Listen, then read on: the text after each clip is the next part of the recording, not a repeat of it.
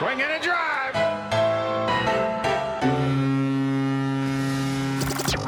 Welcome to Red, White, and Blue Jays, the podcast home of Blue Jays Fans UK, a group connecting Blue Jays fans around the UK and beyond, and telling their story. And now, here's the host of Red, White, and Blue Jays, Steve Hunter. Hi guys, welcome to another edition of Red, White and Blue Jays. So good of you to join us again. This is episode 6. We have done probably 5 more than I thought we would do. So I'm thrilled we've got to episode 6. It's been such a joy to speak to so many of you guys and hearing your stories. So please keep getting in touch with me. I'm gonna say this is probably my last one of recording before Christmas. I've got a whole load of people who have contacted me, so we've got a nice long list going into the new year. But if you haven't dropped me a line yet, please do so. Remember, all the contact details are at the end of the pod, as Tim Langton reads all of those out again for us. But tonight, I'm thrilled to have a guy who has contacted me and many others in the Facebook group over many months now, but not had the joy of actually speaking to. And it's our first dip north of the border. So a very warm welcome to Red, White and Blue Jays to Ross. Ross, how are you doing, sir? Good, thank you. Thanks for having me. Oh, it's absolute pleasure. Now, I'm hoping that we're not going to need any translation. And, just going to say that. Forgive me if I mishear you or don't quite get your accent, but it's brilliant to have somebody from Scotland with us. We've got there's loads of Jays fans in Scotland, aren't there? Yeah. There's a lot. There's a few guys in the team I play for as well. Okay. So yeah, keep us up here. Yeah. Yeah, brilliant. Well, just as a way of sort of introduction, just tell us a little bit about yourself, where you are in Scotland, what you do for life, and Yeah. what's going on in your world at the moment. Yeah, well, I'm Ross. I'm from Dundee, in Scotland, the East Coast. From Arbroath originally. Dundee's just 15-20 minutes down the road from my hometown. So I've been here for 10-15 years now. Married just in August there. Got a little daughter, Summer, who's hopefully still asleep. She's 2. Great. I work for the local council, asset manager for the council for the parking side of things. So maintaining car parks and that kind of jazz. That's anything from ordering tickets to security to ordering toilet paper, all that kind of stuff, and everything in between. Okay. So just started that role in August, just after I got married. So Yeah, it's very nice. good. Good. Excellent. And you mentioned you play for a team. So who do you play for? I play for the Tayport Breakers in the Scottish League. I played for Aberdeen before that for 4 years. And then once we had the daughter, didn't really play too much that season. Played the first few games, and then when summer came along, it's an all-day event being away at a game. So it was a bit unfair to all-day Sunday being away. Even up in Aberdeen, it's an hour and a half drive, and you're there 2-3 hours before a game, a couple hours after the game. It's not really fair to the family. So I got an opportunity from a guy from the States, but he's playing in Glasgow before. Wow. He gave me a shout and said, I'm hoping to start a team near you. Would you be interested? So yeah, it's just over the bridge from me. It's 10 minutes in the car, and I'm there. I'm head and player for them, so it's good. Excellent. And what's your position? Shortstop. You're a short. Yeah, of course. Fit and healthy young man like you, bound to be shortstop. I don't know about fit and healthy. Yeah. Feel like most Sunday nights have an ice bath now. I'm getting a bit on, but So is that a position you've always played, or is that something? Yeah. I've always played short for Aberdeen. Short and second base, but depending on where the team needs, I'll play outfield if the team needs that as well, just whatever. But mainly infield. Yeah. And where are you in the batting order? What was that? Sorry. Where are you in the batting order? Fourth. Usually fourth. Okay. Fourth spot. Excellent. Not too bad. Yeah. Very good. Yeah. Well done, sir. Well, thank you. So obviously, massive fan of baseball generally. But let's just sort of tune into your Blue Jays story. I'd love to know how did that passion kick off? Because as we were saying just before we started recording, you're one of the guys that I'm aware of that has probably some of the most merch on the page. So I'd love to talk a little bit about that. But just tell us about your Jay story and how you came to follow them. Well, my mum's side of the family, they're from Toronto, just outside Toronto, Pickering and Oshawa. Yeah. So to visit them, I think I was 9. I was 93 anyway. I know that. Okay. We went to Sky Dome, as it was then. We went out for dinner with my aunts and uncles, and they had tickets to the Jays and the White Sox in the playoffs. They were playing in Chicago, but we went into the Sky Dome. It was on the Jumbotron. Yeah. So even that, we couldn't believe that the place was packed out to watch a game on a massive TV, and the team's playing hundreds of miles away. Yeah. But because it was a playoffs, obviously it was a great atmosphere. So that was my first ever game. It was on the Jumbotron in Sky Dome, 93 Amazing. Playoffs. So that was pretty cool. So how old were you then? I was 9. 9. Oh, you said that, 9. So yeah. It probably died off a little bit. My interest, not the interest died off, but come back home, there's not too much publicity and stuff, apart from my aunt sending over posters and flyers and from the Jays. You weren't going to get too much stuff around about here in the UK, and TV and newspapers and stuff like that. There's not too much going on. It's a lot better now, obviously, but at that time it wasn't anything. Yeah. It's probably 2000s kind of got back into it. When I got a bit older myself, I was able to kind of source the stuff myself, and the days of Vernon Wells and Alex Rios and all them guys. Yeah, that was the team that I probably fell in love with again a little bit, I guess. Yeah. And have you been out to see them again since those early days? Yeah. That was the first time I went. Since then, I've seen them, I don't know how many times I've seen the Rogers Centre, upwards of 15, 20 at least. Yeah. Seen them at Tropicana, at Fenway. Okay. Where else? Spring training. Got to go with my dad 2 years ago, just before I had my daughter. My mum booked me and my dad spring training for our Christmas. Wow. We had a week, just me and my dad. It's amazing. 6 games in 7 days. Yeah. But that was awesome. 4 or 5 Jays games and a couple of games. It was great. Yeah. Spring training is something I've always fancied having a go at. Just give us a flavour of what a spring training week looks like, because from what I understand, in terms of being sort of close up and personal to the field and the players and all that sort of stuff. Yeah, exactly. So we also flew Orlando, drive over the other coast. The hotels are super cheap around there too, so it's nice and easy. The weather's a lot better. You got your shorts on every day. Getting into the games, it's obviously smaller stadiums, so it's a bit more intimate. But before the games, you can speak to players, you can chat to players. They might not always sign for you before a game because they're getting ready to play, getting business done. So, but again, after the games, chatting away, speaking away to you. If they don't have time, I noticed a few of them would say, "I'm going to get a shower, catch me at the parking gate.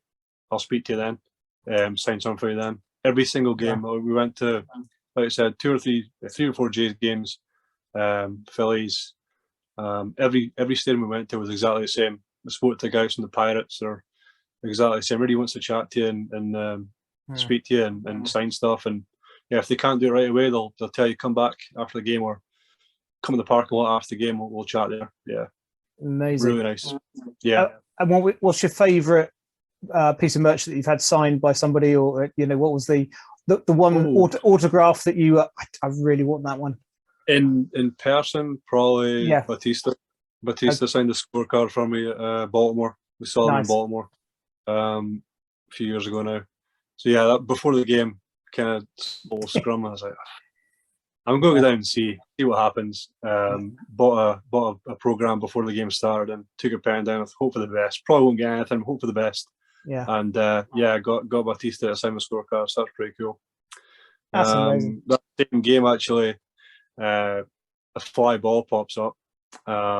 We're just behind the Jays dugout on the third baseline, maybe about 20 rows back. Right. Fly ball comes up. It's Porzingis that hit it. Not Porzingis, sorry, Brzezinski. And for the the Orioles. My mum grabs the ball goes to her feet, my mum grabs it. This little kid tries to grab it too. Everybody's like, boo, boo, give the kid the ball. Mum's like, we're not from here, we don't get to do this all the time. The little kid's mum's like, don't worry about it. He's got about 20 balls at home. It's fine. It's not a problem at all. Yeah. And after that, I got JPR and CB to sign that after the game. So that was pretty cool to spoke to him. That's nice. Yeah. He had a Grand Slam that night too. His first career Grand Slam. So that's pretty cool. Ah, cool. Yeah. Excellent. And you say you've seen them play at Fenway, and where was the other place? Fenway, Tropicana, Baltimore. Yeah. And yeah, I think probably 20 odd games at Rogers. Yeah, that's amazing. Yeah. So when you did the other ballparks, was that like on a road trip, or was it just visits? Yeah. So the game in Tropicana, we're down in Orlando just for Disney and all that kind of jazz. Luckily, the Jays were in town, so I said to Mum that we need to go out to Tropicana and see a game. So luckily, my parents have been to baseball too. They've been to a few more stadiums than I have. Okay. They've been to the West Coast, a few games over there, the Dodgers and stuff like that, Padres. Yeah. Nice. Luckily enough, yeah, we've had a few trips probably in the last 2 years. We've got family like all over the East Coast, so if we know we're going to be there, we'll try and look and see what schedules are like and see what games we can see. So we got to Cincinnati, Wrigley. We got family in Washington. Got to see DC. Seeing Bryce Harper hit 3 home runs in a game. That was pretty cool. Yeah. He's a monster, absolute monster. He is. Got to Shea before that was closed, Old Shea Stadium before that got knocked down. Yep. Wow. I'm trying to think where else I've been. So many. Just lucky that I was going to say, family. Super cheap for us to just fly over, stay with the family for a week or two, and hire a car, get about. It's not easy for people to pay for hotels and stuff like that, but we've always been really lucky to just go and see the family and get a few games while we're at it. So no, absolutely. So in terms of the 30 MLB parks, how many do you think you've ticked off? 17. 17. That's brilliant, isn't it? Over half. Not bad for a guy from Scotland, right? Yeah. Well, it doesn't matter where you're from. We love Scotland. But it's a lot easier to get them if you're in the States, though. Yeah, it's a good talking point, I guess. But yeah, we've done a few of the ballparks, sort of northeast corner of the state. But we're the same pretty much. East Coast, relatively easy to get to, aren't they? But there's so many quite close to each other as well, so you can get a couple of 5 and you're at the next stadium. Very much so. Yeah, I mean that's fantastic. So just tell me a little bit then about your collection that you have.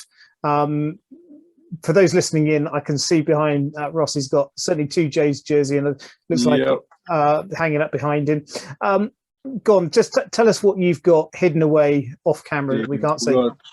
The 2 Jays jerseys there, I got them both done at spring training. Took them along and hope for the best. Got 5 or 6 signatures in each. I've got the last ever Canadian flag that was flown at Shea Stadium before it was knocked down. Wow, how did you get that? On an auction years and years and years ago. Okay. I can't remember, it was $100 or something. Probably nobody really wanted the Canadian flag from there, but I was like, I'll take that, Yeah. For baseball bats, I've got Vlad. I've got a game used Goriel. I've got a stat bat from Joe Carter's Touch 'Em All. It's signed by Joe Carter and Mitch Williams, the pitcher that threw the pitch. Yeah. He's inscribed it. I wish I could take that one back. So that's pretty cool. It's a bit different. It's pretty cool. Yeah. The Big Hurt, got his bat. Loads and loads of balls. Loads of balls. I know all the balls Jays. signed. Oh, yeah. Mostly Jays, but the odd player that guys I just like to watch anyway. Sure. And same with the bats. It's mostly Jays, but a few players I like anyway. Jose Iglesias, shortstop, outstanding defensive player. Yeah. His bat. He actually, I think I posted on Instagram, and Jose Iglesias, and sure enough, he commented and said, "Oh, nice bat." That's pretty cool. It was a game used bat from his time at Detroit. Wow. That's pretty cool. A few players like George Contreras, I think he played like 10 games for the Jays. Yeah. Game used bat from him, Travis Snyder. I liked him. Love Travis Snyder. Don't know why. Yeah. Just always liked him as a Jay. Yeah, He wasn't the best player, but just loved him. Great yeah. player. Just the kind of grinder that toughed out a little bit. Yeah. Game used bat from him. Ed Sprague from years and years ago. Again, game used bat. Who else? Trying to think. Who else? Oh, I've got Paul Molitor bat as well, signed bat. Wow. Again, that era, like a lot of them balls are signed too. I've got a lot of their balls. All the big name players from back in the day. Yeah. Alomar, Joe Carter, Allrood. Going on. The one I really want to get a Doc Halliday one. Yeah. But they do come up, but you're talking Yeah. $600-700 for a ball, and Yeah. that's a bit much for me right now. Yeah. Yeah. So how have you gone? You could get 6 balls for that instead, you know. Exactly. So what's been your methodology of collecting then? Are these some that you've collected yourself? Are these others that you've bought online? How Some do of you... them I've got like on vacation, I've got on holiday at different sports memorabilia stores. Some I've got in person, like my jerseys. I got a kind of connection with a guy who's family friends with the Gurriel family. Oh wow! Okay. He was able to get the bat. I've got Gurriel's signed game used cleat as well. Yeah, just daft stuff like that. Again, just through Facebook sites, really. Lockdown was the one that did it. You know, sitting at home at night, and before it was just all looking on eBay and things like that. Yeah. And then I came across all these different sites, different pages on Facebook. Sorry. Yeah. Signed bats, signed memorabilia, signed balls, all that kind of stuff, and got to speak to a few guys, and you know, swapping pictures and you know, seeing their collections and seeing mine, and kind of good rapport with them. Luckily, I had family in Washington at the time, right? So I'd buy a bunch of balls or bats or whatever it is, get it sent to my family in DC. They'd wait till I had a kind of a big enough package and then ship all back to me for a lot cheaper. Yes. Because some of the prices, I bought recently I got so another thing I've started collecting is balls on my daughter's birthday. Oh right, game okay. used balls. So it has to be a ball game used on her birthday that year. So far I've got the 2. The first one is Jays game. The second one, the Jays were playing the Mets. So I got in contact with the Mets memorabilia store at the stadium. Spoke to them, got the ball. The ball's like, I don't know, $80, not too bad. But the shipping, the guy's like, yeah, our standard shipping's like $200 for a ball. Yeah. I was like, come on, you're killing me. Like the ball's not even worth that. He's like, yeah, I know, it's just prices. Yeah. So luckily, instead of paying $200 for shipping, I was like, we'll just send it to my family in DC. $10 shipping. There you go. Yeah. That's the advantage of having family there. Yeah. Yeah. It's like that's far too much to pay for a ball to get shipped over. It's crazy. Yeah. But yeah, luckily enough, unfortunately they just moved back to Europe now. So I'm kind of stuck. I'll have to get it shipped somewhere else and family somewhere else in the States and Canada. Yeah. I'll work it out. Don't worry. I'll work it out. I'm sure you will. Yeah. And is this all on display? Or have you got a room completely kitted out? It's all in the man cave. Yeah. It's all in my room in the man cave. That's fantastic. Like all the jerseys, a few soccer jerseys, and all the bobbleheads and balls and stuff like that. I'll have to give a shout out to Pav Gosal from, Pav from. We know Pav well. Yeah. I think he bankrupted me with bobbleheads because every other week he's like, I've got this bobblehead. I'm okay. I'm okay. Yeah, you know what, Pavi, I'll take that. All that lot on my shelf behind. Well, not all of them, but a good. I think I paid for his extension, a new bathroom. I paid for all that for him. Absolutely. He's a good guy. Though. He's a great guy. He's a great. I want to get him on here. He hasn't responded to me yet, so I need to. I need to get on. But mind you, he's just got married as well. He's too busy shipping bobbleheads. That's the problem. Yeah. That's exactly it. So.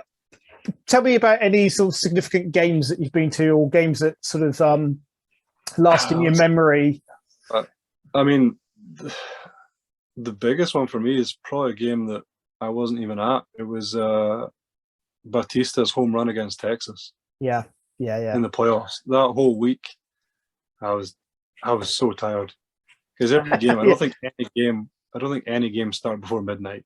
No, Maybe one, I can't really remember, but all of them were late. I remember midweek, it was like 3-4 games that whole week during the week, and they were all going till like 3-4 in the morning. And that one against Texas, the fans after Martin throws the ball out, it hits. Is it Chu's bat? Yeah, that's it. Yeah, it hits his bat. They score a run. The fans are going crazy. Start throwing rubbish on the field. Yeah. Guys, I just want to go to bed. Yeah. Hurry up, come on. I can't deal with this. I can't deal with this delay anymore. Yeah. Luckily, I stuck it out. Yeah. That's probably the biggest one. I was desperate to go to bed, and then when you hit that home run, we win it. I couldn't sleep. I was so excited. Yeah, that was. It was a momentous moment. On our first pod we did with Meg, where she was at that game. Yeah, and we were talking it through, and I, like you, middle of the night. And just that overriding sickness I had in my stomach when Russell Martin threw the ball back, and then the run came in, and was it a run? Was it not a run? And I just thinking, we can't lose on that moment. That can't be it. If you get beat because of the better team, that's great. I can always handle that. But to get beat on a play like that with it was great. That home run, that's like my year as Joe Carter, touch them all. That's the one I remember the most. That probably the most memorable game. Anything you've actually been at yourself that you think that was a brilliant game to be watching them, where they performed particularly well? Or there's so many games at Rogers I've been at. They hammered the Yankees 15-2. Okay, that's all right. I've seen them beat the Red Sox by a good score. Trying to think. I got to actually meet Devin Travis and Kevin Pillar in Boston before a game. That was pretty cool. That kind of we flew in the night before. We're there for just a day because we're going up to Syracuse to a wedding in New York. So we're there for a day. Me and my mum, my dad didn't know we'd booked the flight.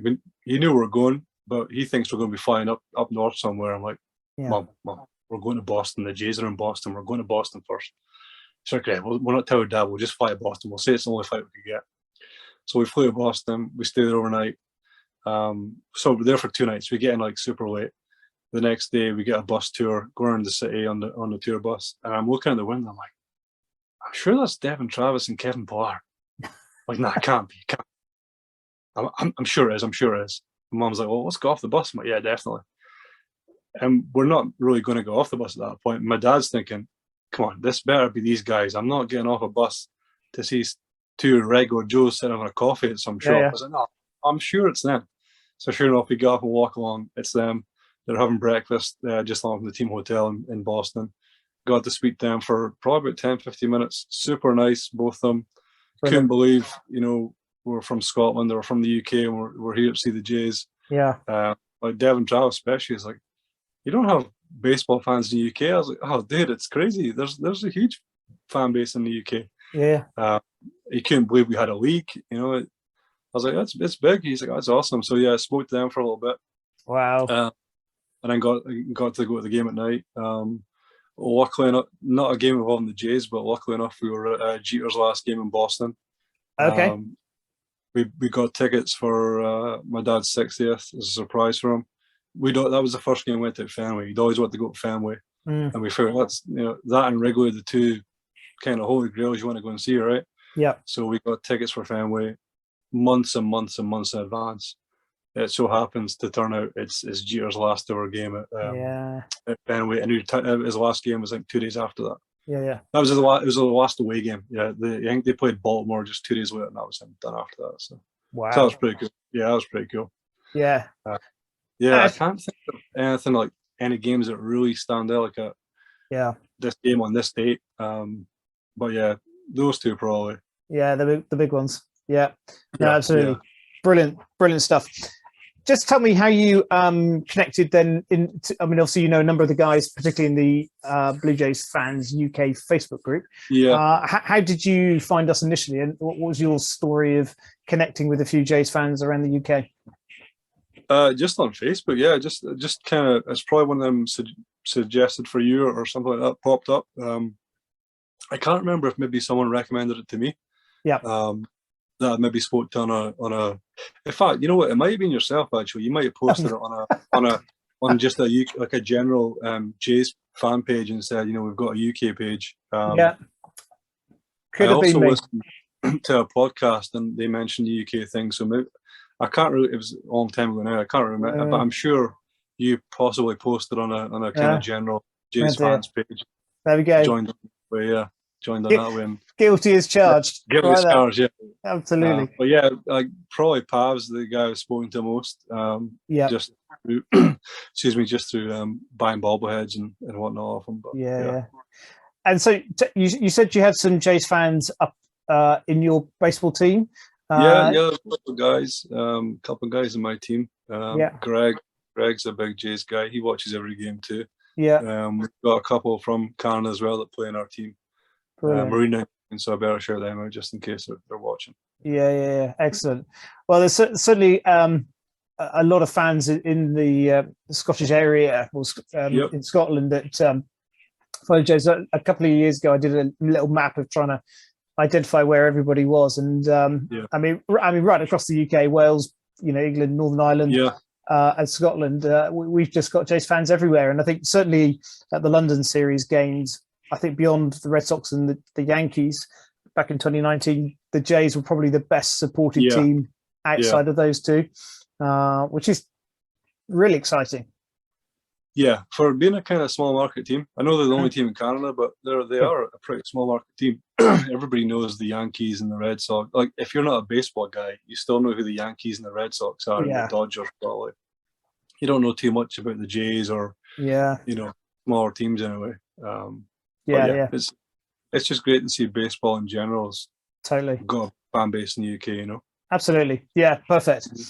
Okay, let's have a little chat about last year then. 2021 season. Give us your sort of take on how you thought things went. I thought it went pretty well, to be honest with you. I don't think last year was a bonus. Excuse me. Of how well we did. I don't think the team was really ready to get to the playoffs and compete properly. I think it's probably a bit too soon. Just for the age of the guys we've got, like our big young guys, they've not really played a lot together in the big leagues. Kind of Vlad, Bo, Biggio, even Gurriel as well. They're all pretty young, around about the same age. They don't have that experience to get you over the playoffs yet. Yeah. I think it just came a bit too soon. It was a bonus to do as well as did last year, I think, anyway. Yeah.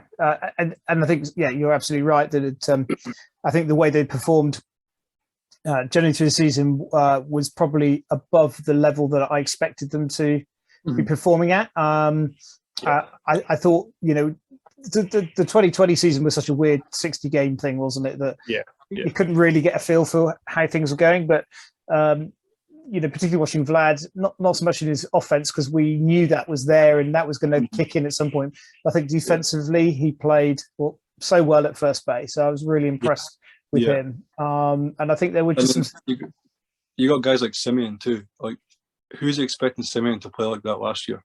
Yeah, totally. Nobody is. Yeah, it's a welcome bonus, but no one's expecting Robbie Ray pitching.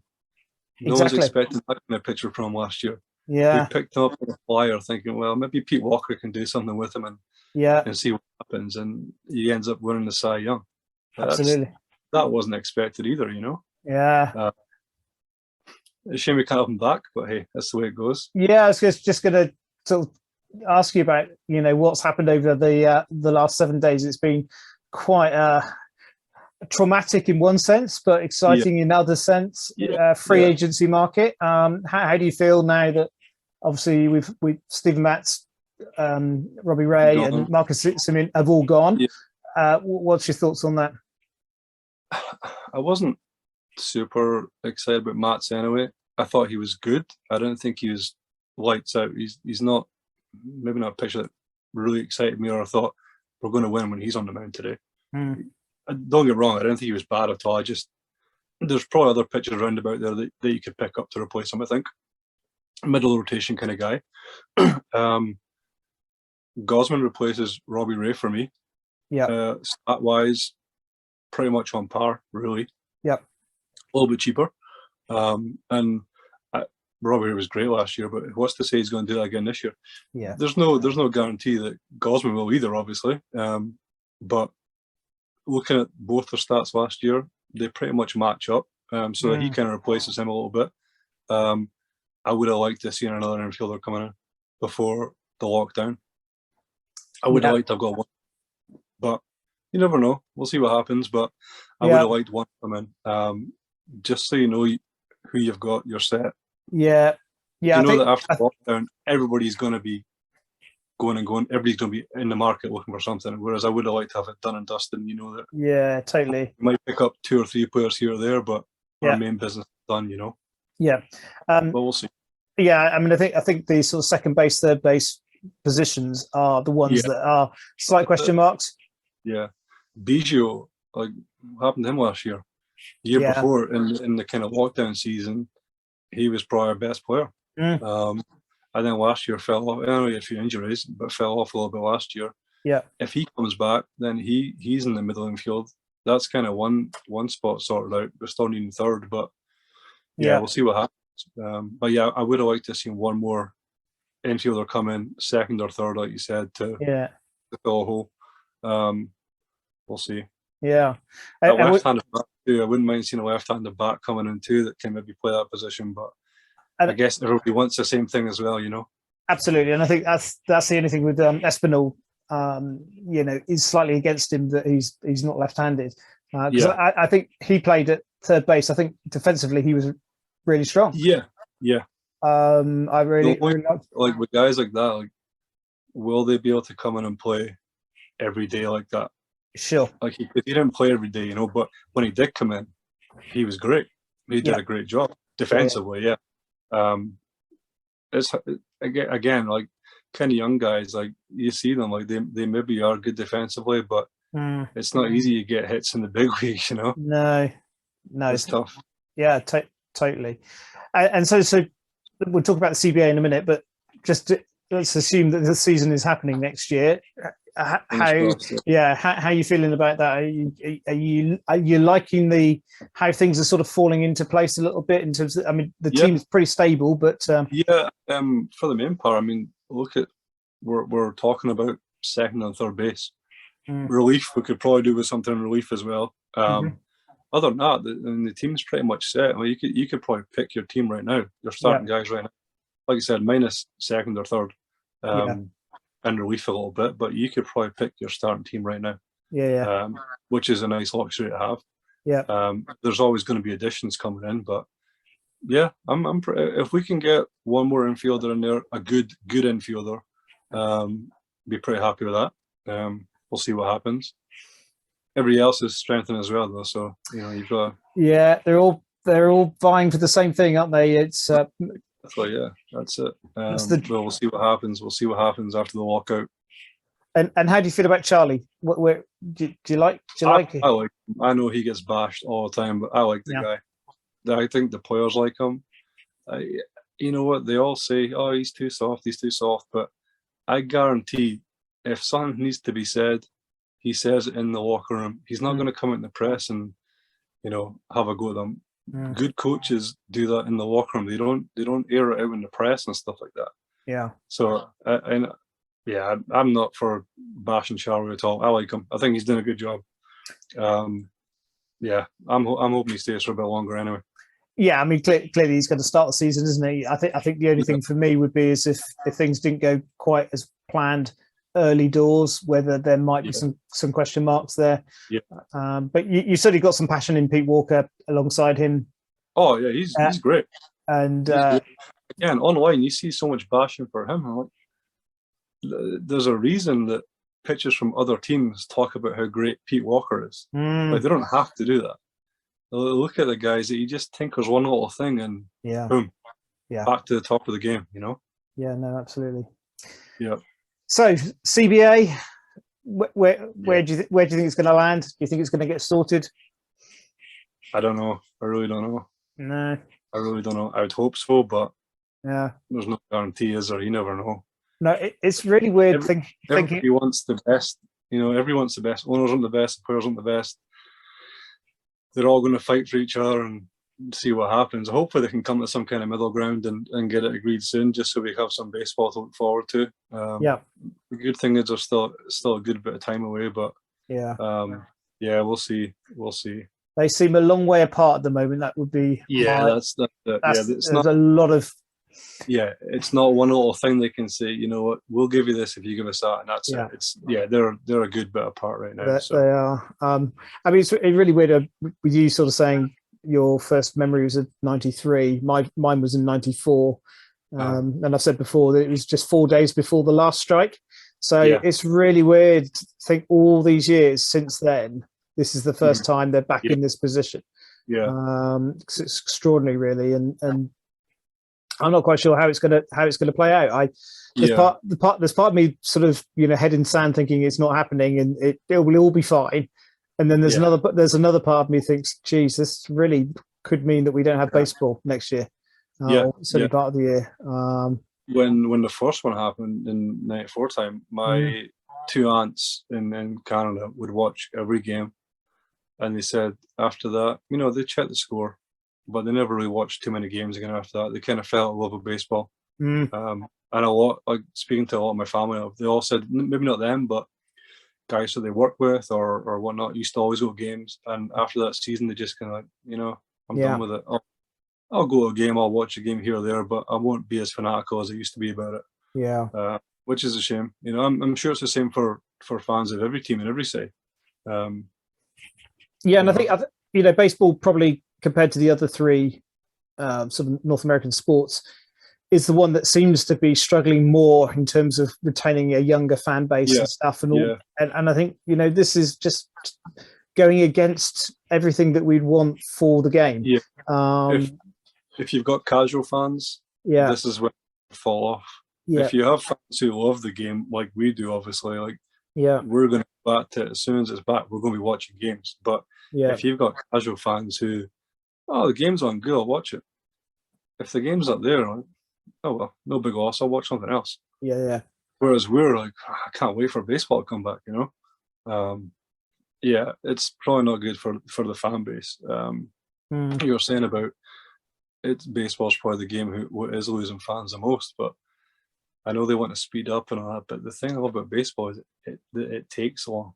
I love knowing that I've got 3 hours to sit and watch a game, 3.5 hours. It's the best. I hate when you're watching the football, you're like, it's only 10 minutes left. I know that like a baseball game, I've got hours to watch it, or maybe I've got 2 games to watch, even better. I'll be there all Saturday night. Awesome.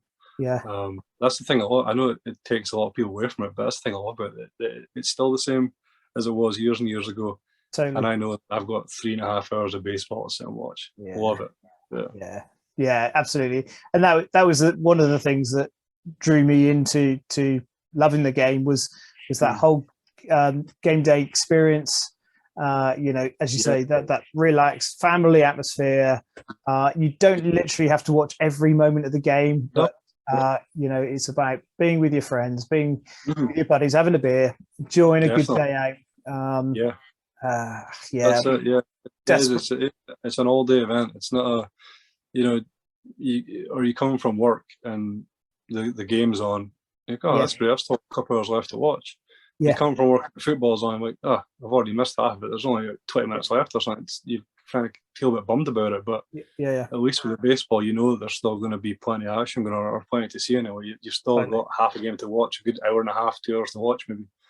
I noticed even at games over there, we're there, I'm there. Like as soon as the gates open, I'm wanting in there. Just we only get to a few games a year, so I want to make sure I get the most of it. So I'm in as soon as the gates open. But there's guys coming with suits, like wearing their suits, just out of work, and they've already missed maybe like 5 innings. But they're coming with their friends, have a beer, watch the last few innings, then off they go again. Great. You wouldn't do that at a football game here, No, absolutely not. No, totally different fan base. But it is a game. It is a game that we love. The thing about fan base too, like I said, I've seen the Jays in Tampa, I've seen them in Baltimore, in Boston. and I've always got my Jays jersey on, and there's never any problems. Sure. It's always a good laugh and a joke. You know, sat with Baltimore fans, the Jays score, I'm up on my feet. Yes, they're like, sit down, boo. Yeah. It's a laugh and a joke. There's no issues at all. Yeah. Just fun and games. You know, no one's gonna give you a hard time for cheering for your team. You know, as long as you're respectful. You're not, you know, being a jerk about it. But Sure. everyone's going to just let you have a bit of time, and you know they're going to score a run. They're going to give you a bit of stick too. But Yeah, of course. it's fine. Yeah, it's great. It's great. Yeah. You can do that. You can't do that over here at the football and stuff. Right? You know, you get stabbed. You know? So certainly not. No, I think having been in a fairly volatile football match when many years ago when Bournemouth were playing Leeds, and this was back in '87, so that's how long ago it was. Yeah. And Leeds had to win, so it was the old Division 2. Leeds had to win to go up to be promoted to Division 1. We had to win to stay up from relegation. And Leeds actually won the match, and it was on the Maybank holiday weekend, and it was just crazy scenes afterwards. Yeah. And you just don't see that in baseball. Totally different. It's completely different atmosphere, and there's still passion for your team, but it's just a bit different, a bit safer probably. Yeah, absolutely. Yeah.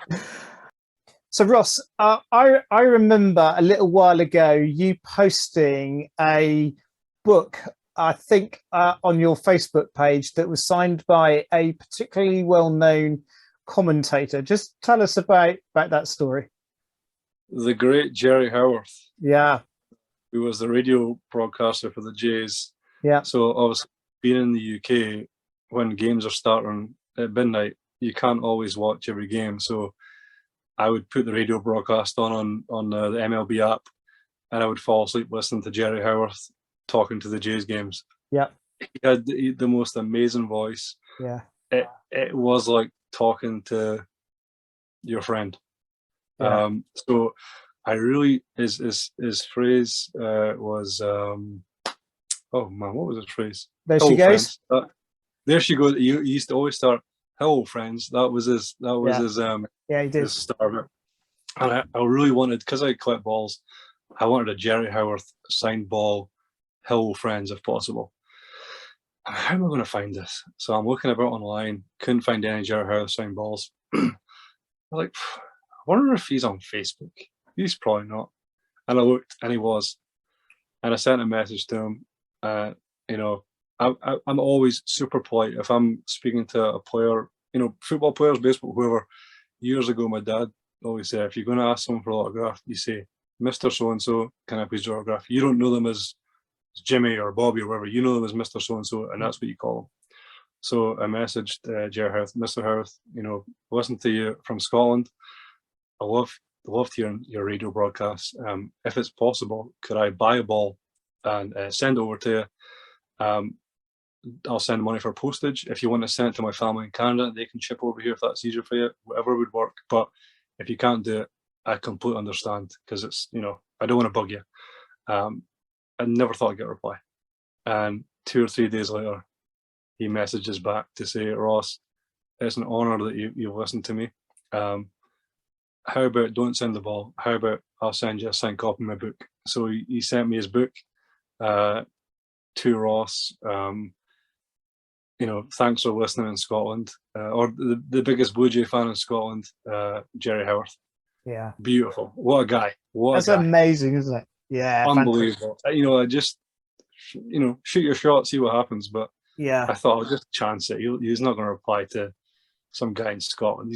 And the thing is, I don't like bugging people too for stuff like that, because of course I always make sure I'm, you know, if you can't do it, please don't think it's a big deal. It's no problem at all. I completely understand if you can't do it, because you do it for me, you got to do it for the next 20 guys that do the same thing.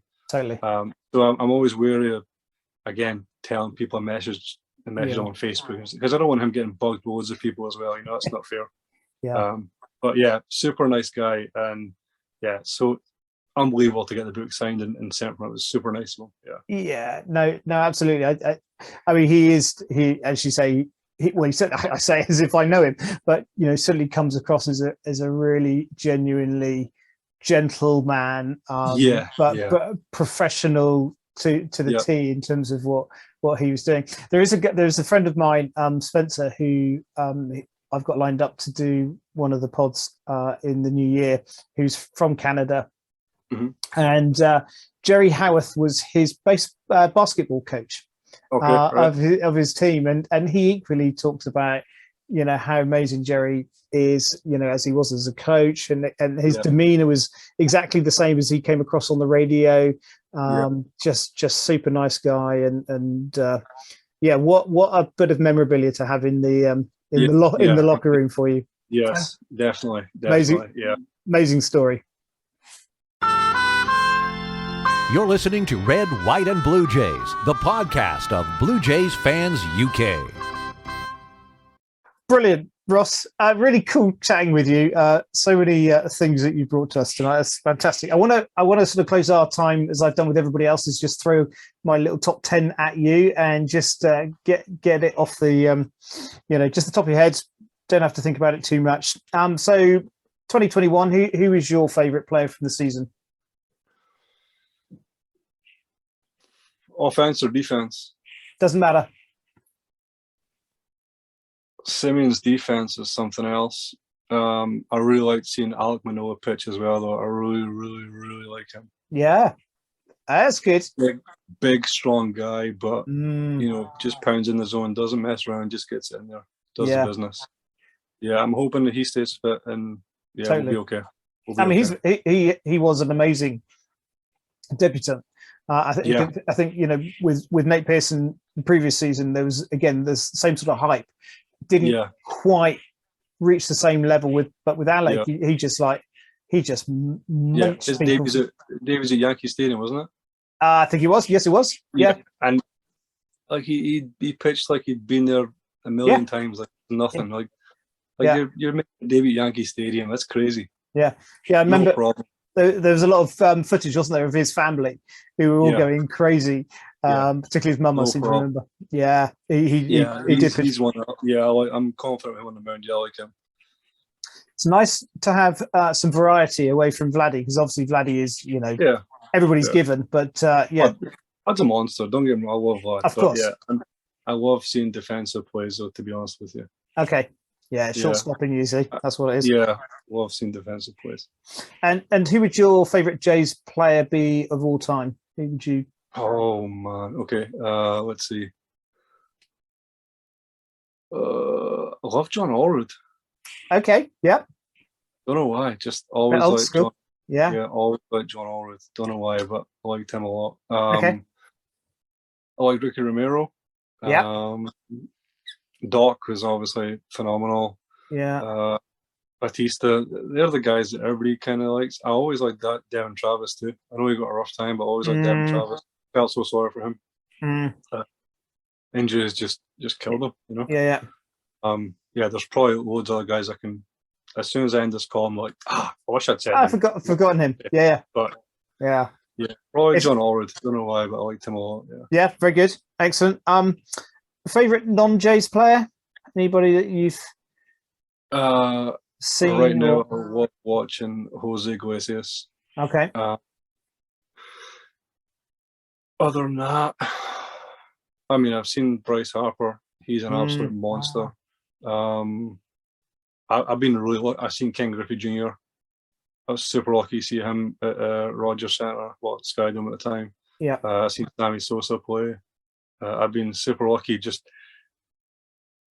at the time, just got a ticket for a game, and I'm like, oh wow, he played that game. Yeah. Bryce Harper maybe. Bryce Harper, defensively, Jose Iglesias. I could watch his highlights all day long. Brilliant, excellent. Your favourite ballpark away from Skydome? Camden Yards. Oh, okay. Love Camden Yards. A lot of people say that it's a good ballpark. I mean, it's a newish ballpark, isn't it? But they've sort of adopted the warehouse. It's absolutely beautiful. Yeah. I love Fenway. I've been to Wrigley. I didn't like Wrigley all that much. No. People are going to say it's historic. It is. I'm so glad I went to it, but It wasn't comfortable. I had great seats, and it was just, yeah, it wasn't comfortable. It wasn't a great view. But yeah, Camden Yards, Washington's beautiful ballpark too. So is Cincinnati's. I loved Cincinnati's ballpark too. Okay. Really nice. A great American ballpark. It was really, a beautiful view of the river. It's stunning. But yeah, I'll go Camden Yards. Camden Yards. Good show. Yeah, Excellent. Yeah. Your favourite baseball food when you're at a game? Peanuts. Oh, okay. Peanuts and a beer, and I'm good. Peanuts. Oh, the next question was what would you have with your food? But yeah, a beer and peanuts, eh? Yeah, I mean, I'm not gonna say no to a hot dog, but you know, I always go with my cousin when I'm over there, and he just absolutely kills every food truck there is. Just goes around all of them. I don't think he sees any game. He just goes around all of them. Me, my two cousins go. And I'm like, you know, I didn't eat, Paul. He's like, oh yeah, I've already had dinner too. And we're looking at each other like, wow, this guy's unbelievable. Hot dogs, steak sandwiches. He comes back 10 minutes later, another steak sandwich, another fries. I'm like, dude, settle down. He's like, I'm getting my money's worth. Oh, okay. Yeah, absolutely. Yeah, hot dog, a beer, and some peanuts. And peanuts, excellent, good stuff. Day game or night game? Oh, that's a tough one. Night game. Why? It now depends. A night game when the roof's open at Rogers, or a night game at a nice ballpark or a nice view. Just seeing the city lights behind it. It's like Camden Yards, you see a really good bit of the city with the skyscrapers all up. Although, yeah, there's not like an afternoon at the ballpark as well, actually. Yeah. I don't care. Anytime. As long as I'm at my ballpark, I'll be happy. Yeah, but leaning towards the night game, that's fine. Yeah. Your favourite Jays jersey colour? Blue. Royal blue. Okay. Yeah. Interesting, you got a black and a grey one hanging up behind you. I do. I know. The black one is a Batista one. Yeah. In fact, they're both Batista ones, actually. But I only bought the grey one because I was going to spring training. I thought, I'm going to get some jerseys signed. And I got it for like $20. I was like, that'll do it. I didn't want to. I've got my own ones that I wear at games. I wasn't going to get them signed because I like to wear them. I thought I'm just going to buy one that I'll just put up on the wall if I get signed. Yeah. So I didn't mind. And if I didn't get any signed, I didn't mind wasting $20 on a jersey. That's fine. Sure. So yeah, blue for me. Blue for me. A lot of people like the road grey. You know, I do like the road grey too. I've got a road grey one I wear as well. Yeah. Actually, you know what? The red Canada jersey one. Canada. I was never a fan of it, but I got one recently. I got Ryan Tepera. He wore it a game 1-1. Okay. It's not signed. I got that, and I got a Tolley postseason one. It's one as well. And the red, I didn't like it until I opened up. I was like, actually, that's pretty nice. The red one's it's a bit more. My daughter's got a Tolley red jersey. Which Sandy and Mike got for them when they were out there. I got for her, and they do look very smart, but. We've played absolute trash in them, so I think they've. That's it. Yeah, that's it. Yeah, they've gone. They've gone. Your favourite baseball jersey number? Number 4. It's okay. My number. Okay. That's the only reason. Yeah. Only reason. It's the number I've worn since I played basketball as a kid growing up, club and country and stuff like that. So it was always number 4. Yeah. That's the number I wore when I signed to play for Aberdeen. Yeah. That's number I wore everywhere is number 4. So my jerseys are number 4 as well. Yeah. And is there any significance behind 4, or was it just that was the first number you ever was given? The number I wore when I first played high school basketball and for my club. I think me and my best friend plays pro basketball. It's his jersey behind me there, the Scotland one there. Yeah. He's played great better than him. We were the kind of smallest guys on our team. We were the youngest 2, and we were the smallest 2. So 4 and 5 were what we got. I got 4, he got 5, and that was it. Yeah. Yeah, stuck with you ever since. I've stuck with me ever since. Yeah. I was just trying to think off the top of my head, any Jays players that have had 4 that are notable. I can't think of anybody. Bench coaches. I looked at 1 or 2, and it was bench coaches. That's all it was. The only ones I've seen were bench coaches. Yeah. Right. So, okay. Yeah. That time is to come, maybe. Yeah. And just finally, roof open or roof closed? Roof open. Roof open. Yeah. Seeing the CN Tower right there. Beautiful. Yeah. Yep. Yeah, Roof open for me. It's a great ballpark. Yeah, it's a great Yeah. ballpark when the roof's open. You probably, like me, have seen games both with it open and with it closed. Don't get wrong. I'm glad we have a roof because it means that no matter what, you're going to get to see a game. Yeah. Unless it's leaking. That's happened once or twice before. Yeah. But for the most part, you're guaranteed a game at least. That is the main thing. Especially if you're visiting. We don't get to go to every game every day of the season. So you've got maybe a 1 week window. If you're at a ballpark that's going to be raining, you might not get to see your game. Totally. Yeah. The game that we went to at Fenway, it did happen, but it had a massive rain delay in the middle of it, which the kids loved. They thought it was really exciting and stuff. When was that? That would have been 2013. It was the opening game of the season that year. We happened to be in Boston. And the game I was at when I met Kevin Plar and Devin Travis, rain delay to start the game off. Was it? And I was like, was it? Were we at the same game? But yeah. We eventually did get played, but rain delay, I think for an hour and a half or something. 2 hours. Ours was mid-game. I can't remember when it happened. They got to like the 5th inning or something, and then we had to wait an hour or so. Because by the time they got back on, a lot of people had already dispersed. Yeah, exactly. We're not going anywhere. No.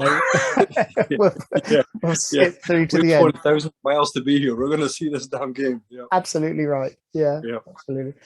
Oh, Ross, it's been brilliant chatting with you.